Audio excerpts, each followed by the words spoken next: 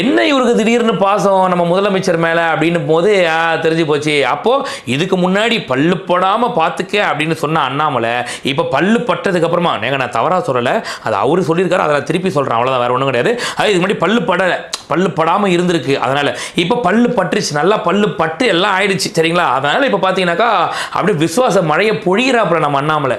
ஒரு முதலமைச்சர் இருக்கிறாங்க, எனக்கு முதலமைச்சர் மேல 1008 கருத்து வேறுபாடுகள் இருக்கு. மேடையில பேசும் பொழுது முதலமைச்சர் மாமா அப்படிங்கிறீங்க. யாரோ திமுக அமைச்சர் வந்து விஜய் அவரை பார்த்து பூமர்னு சொன்னா எப்படி இருக்கும்? ஏங்க நீங்க பூமர் மாதிரி பேசுறீங்க, நீங்க பேசுறதுக்கும் கீழே இருக்கிறதுக்கும் சம்பந்தம் இல்லைன்னா விஜய் அவர்கள் மனசு கஷ்டப்படுமா கஷ்டப்படாதா? அமைச்சர் உதயநிதி வந்து நாங்க வந்து ராமர் கோயில் திறப்பிற்கோ எந்த மத நம்பிக்கைக்கோ எதிரி இல்ல, ஸ்ரீவாசல் இடித்து விட்டு கோவிலை கட்டினதுதான் இது உடன்பாடு இல்லைன்னு சமீபத்தில் உதயநிதி ஸ்டாலின் அவங்க இன்டர்வியூ பார்த்தனா தமிழ்ல சொல்லுவாங்க, பார்த்து பக்குவமா பல்லு பற்ற போது அப்படிமா. அந்த மாதிரி ஃப்ரெண்ட்லி குவெஸ்டின், பார்த்து பக்குவமா பல்லு பற்ற போது அப்படிமா.